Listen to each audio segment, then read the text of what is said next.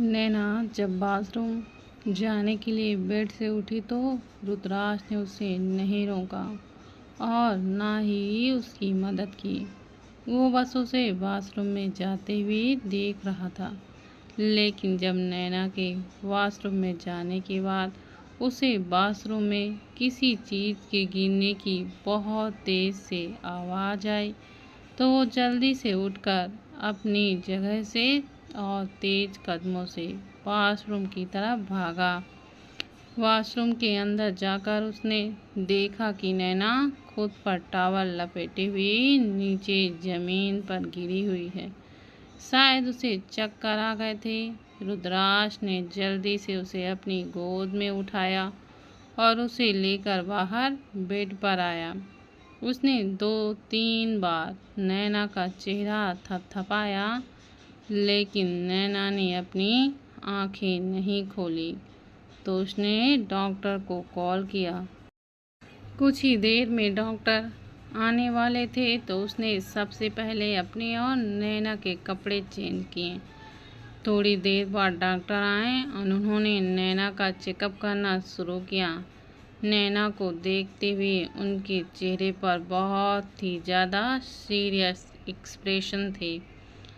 पूरा चेकअप करने के बाद वो रुद्राक्ष की तरफ देखते हुए बोले, आपकी वाइफ बहुत ज़्यादा ही स्ट्रेस ले रही हैं मिस्टर सिंघानिया। इन्होंने पिछले दिनों में तो इतना ज़्यादा स्ट्रेस लिया है कि इनका मेंटल लेवल बहुत ही ज़्यादा कमज़ोर हो गया है। अगर ये यूं ही स्ट्रेस लेती रहीं तो ये डिप्रेशन में चली जाएंगी। हो सकता है ये कोई ऐसा कदम भी उठा लें जो इनके लिए बहुत ही खतरनाक साबित हो सकता है, क्योंकि इनकी हालत देखते हुए साफ तौर से पता चल रहा है कि ये मेंटल डिसऑर्डर का शिकार हो रही हैं। डॉक्टर की बात सुनते हुए रुद्राक्ष हैरान हो रहा था।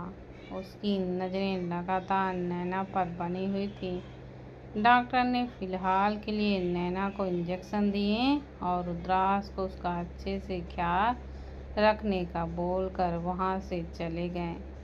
डॉक्टर के जाने के बाद रुद्राक्ष नैना के पास आया और अपनी गहरी नज़रों से उसे देखने लगा। उसकी आंखें बहुत ज़्यादा लाल हो रही थीं। वो नैना की तरफ देखते हुए बोला, तुम जानबूझकर मुझे मजबूर कर रही हो लिटिल गर्ल कि मैं तुमसे गुस्सा हो जाऊं और तुम पर अपना गुस्सा उतारूं।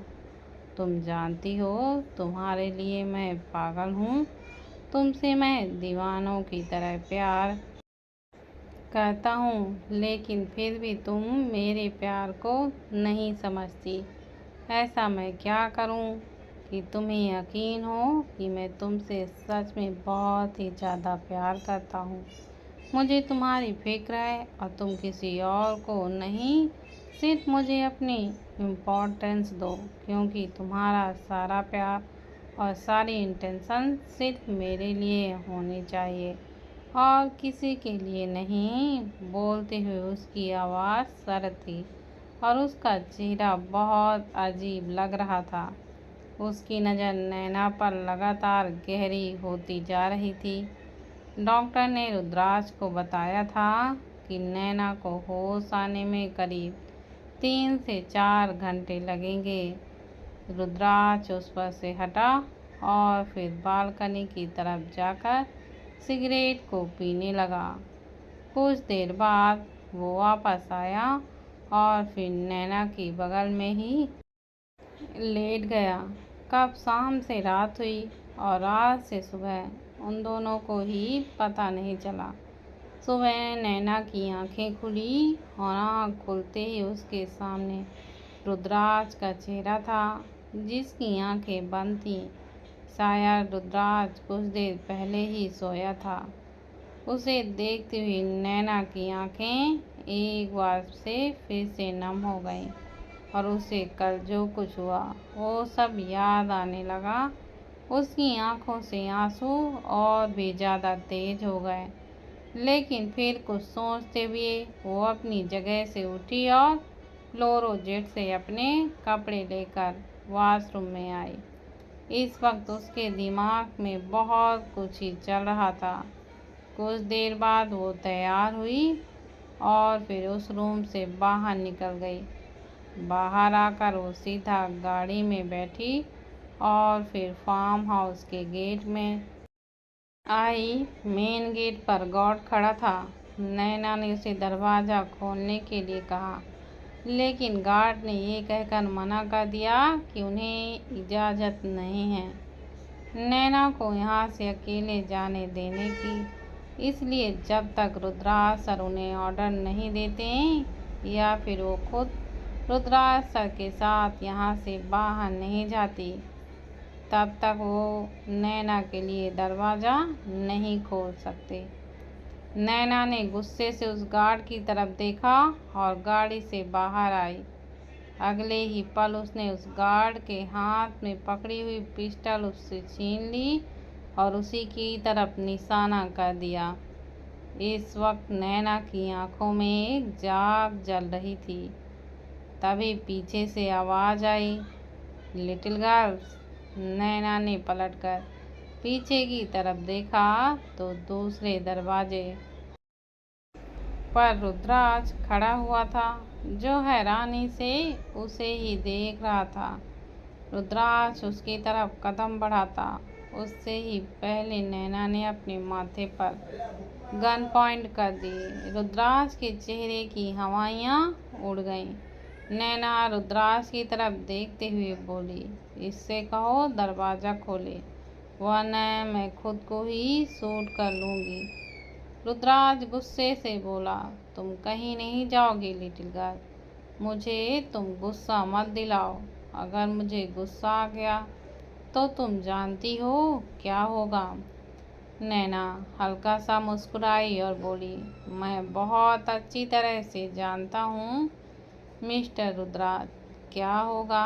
ज़बरदस्ती होगी, मुझे जलील किया जाएगा और मुझ पर पागलों की तरह अपनी दीवानगी दिखाई जाएगी। लेकिन मुझे इनमें से किसी भी चीज़ में कोई इंटरेस्ट नहीं है। अगर आपने अभी इस वक्त ये दरवाज़ा नहीं खुलवाया तो मैं अपनी जान ले लूँगी। बोलते हुए उसकी आंखें एकदम से रुद्राज के ऊपर टिकी हुई थीं और उसका हाथ भी नहीं काँप रहा था, जिससे साफ पता चल रहा था कि इस वक्त नैना को बिल्कुल भी डर नहीं लग रहा है। रुद्राज का गला सूखने लगा। नैना ने ज़्यादा तो उससे अपनी सांसें भी प्यारी नहीं थीं।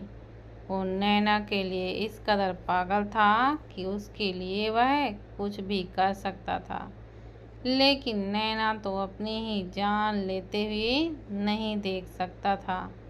वो गार्ड की तरफ देखते हुए बोला, ओपन द डोर डैम। उस गार्ड ने जल्दी से दरवाज़ा खोल दिया। नैना रुद्राज की तरफ देखती बोली, मैं नहीं जानती मिस्टर रुद्राज, मैंने आपसे और कुछ सीखा है या फिर नहीं, लेकिन एक बात मैं बहुत अच्छी तरह से सीख गई हूँ मिस्टर रुद्राज, कि जहाँ पर अपनी समझदारी काम ना करे वहाँ पर अपना पागलपन ज़रूर काम करेगा। आपने मुझे स्ट्रांग तो बनाया, लेकिन अब शायद मेरा स्ट्रांग होना आपके लिए ही भारी पड़ जाए। प्यार मैं आपसे बहुत करती हूँ, लेकिन अपनी सेल्फ रिस्पेक्ट को दांव पर रख दूँ, इतनी भी मैं कमज़ोर नहीं हूँ। अब या तो आप मेरे बिना रहेंगे और या फिर मुझसे अलग रहेंगे। फैसला कर लीजिएगा, क्योंकि हम दोनों का साथ रहना तो अब मुमकिन ही नहीं है। बोलकर वो कुछ पल रुद्राज को देखती रहती है, फिर वह गाड़ी में बैठकर वहाँ से निकल गई। रुद्राज बस उसे जाता हुआ देखता रह गया। उसकी मुट्ठियाँ कस गईं। उसे इस वक्त नैना पर हद से ज़्यादा गुस्सा आ रहा था।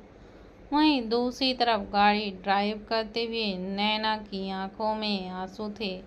उसकी आंखों के सामने रुद्राक्ष के साथ बिताया हुआ हर एक पल घूम रहा था।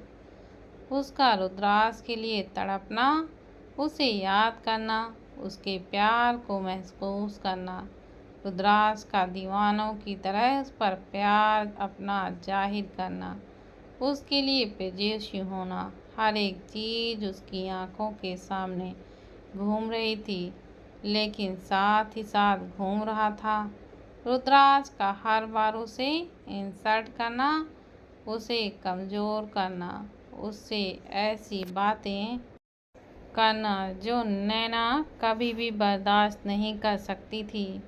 लेकिन फिर भी उसने वो सब चीज़ें रुद्राक्ष के लिए बर्दाश्त की। और सबसे ज़्यादा जो कल उन दोनों के बीच हुआ, वो सब नैना को हर्ट कर रहा था। उसने अचानक से ब्रेक लगाई और गुस्से से कांपते हुए उस गन को अपने माथे पर पॉइंट कर दिया। जैसे ही उसने अपनी आंखें बंद की, उसकी आंखों के सामने एक बार फिर से रुद्राक्ष का चेहरा दिखाई देने लगा और रुद्राक्ष के साथ की हर एक चीज़ उसके आंखों के सामने घूम रही थी। वो सब याद करते हुए उसके हाथ बुरी तरह से कांपने लगे।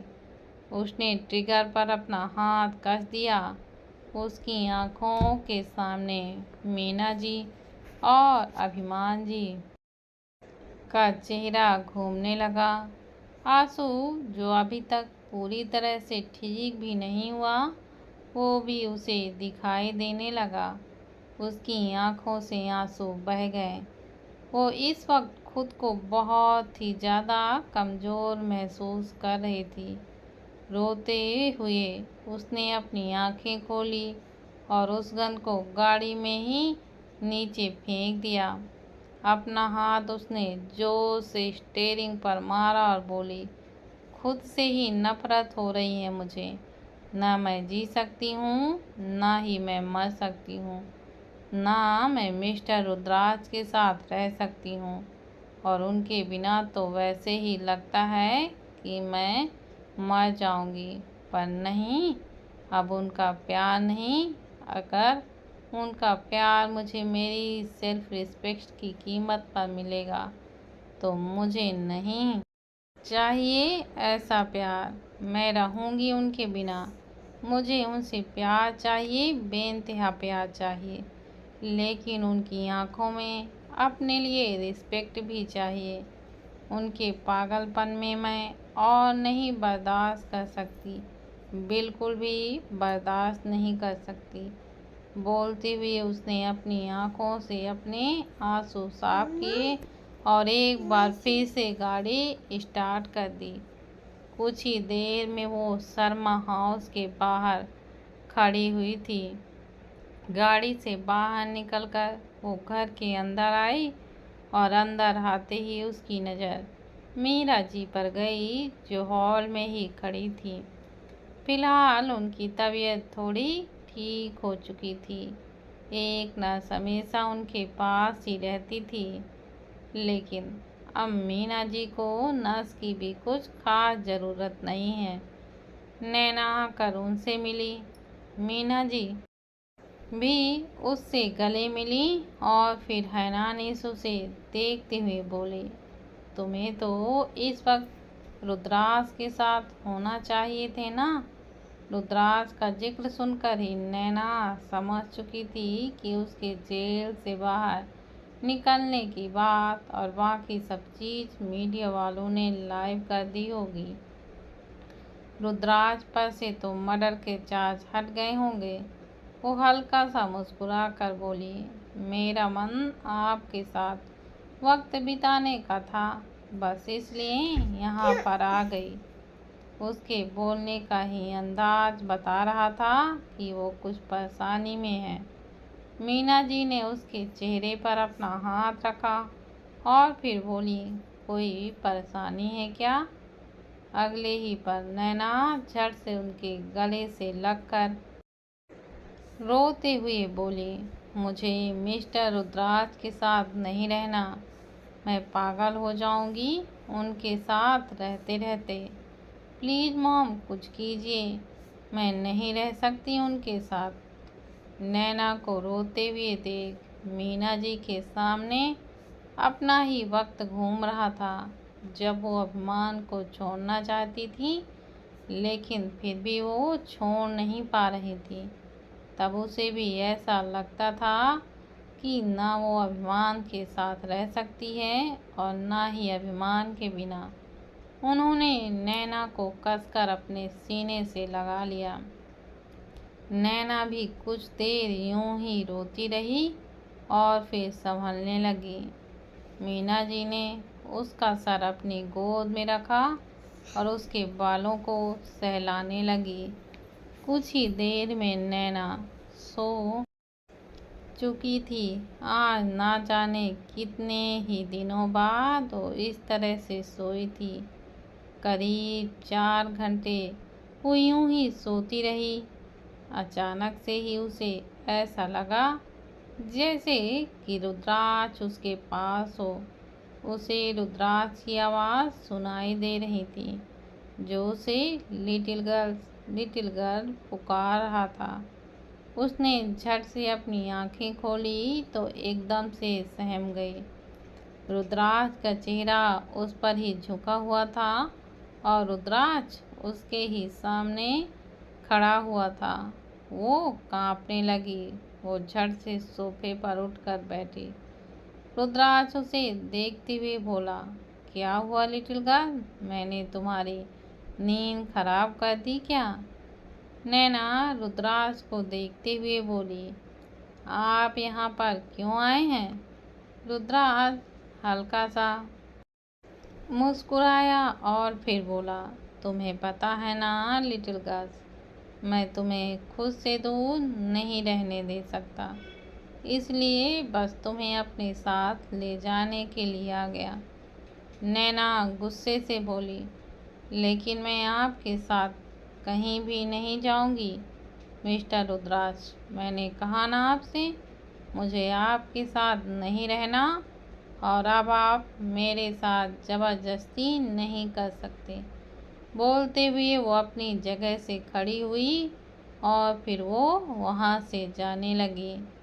रुद्राज ने उसका हाथ पकड़कर उसे रोका और अपने करीब खींचते हुए बोला, मैं क्या कर सकता हूँ और क्या नहीं, ये तुम नहीं जानती लिटिल गर्ल, इसलिए मुझे गुस्सा दिलाना बंद करो। कहीं ऐसा ना हो कि मैं ऐसा कुछ कर जाऊं जिससे तुम्हें मुझसे और भी ज़्यादा नफरत हो जाए। नैना अपने दांत पीसते हुए बोली, अब इससे ज़्यादा नफरत क्या ही होगी मिस्टर रुद्राज। बोलती हुई उसने रुद्राज को खुद से अलग कर दिया। रुद्राज उसकी तरफ बढ़ा और बोला, चुपचाप मेरे साथ चलो वरना अच्छा नहीं होगा। नैना की आंखों में आंसू आ गए। वो निराश होते हुए बोली, आप अभी भी मेरे साथ ज़बरदस्ती कर रहे हैं मिस्टर रुद्राज, मुझे धमकी दे रहे हैं? क्या सच में आपको अपनी गलतियों पर कोई पछतावा नहीं है? रुद्राज एटीट्यूड से बोला, नहीं है और ना ही कभी होगी, क्योंकि मुझे नहीं लगता कि मैंने कुछ गलत किया है। मैं तुमसे प्यार करता हूँ और प्यार और जंग में तो सब कुछ जायज़ होता है। उसकी बात सुनकर अब नैना के पास कुछ कहने और सुनने के लिए बचा ही नहीं था।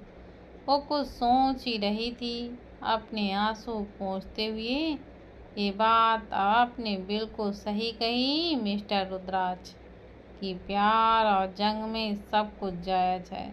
आपके लिए प्यार है ना, लेकिन मेरे लिए ये जंग है। जंग मेरे खुद के लिए और जंग में तो सब कुछ जायज़ ही है। बोलते हुए उसने सामने टेबल पर रखा हुआ चाकू उठाया और अपनी कलाई पर चला दिया।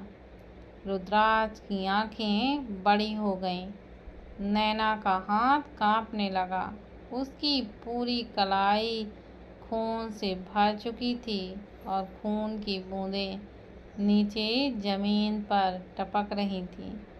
उसके चेहरे पर दर्द और तड़प साफ तौर से दिखाई दे रही थी। मीना जी, जो सर्वेंट के साथ किचन में गई थी ताकि रुद्राज के लिए कुछ खाने पीने का ला सके, लेकिन नैना की हालत देखकर चीख पड़ी।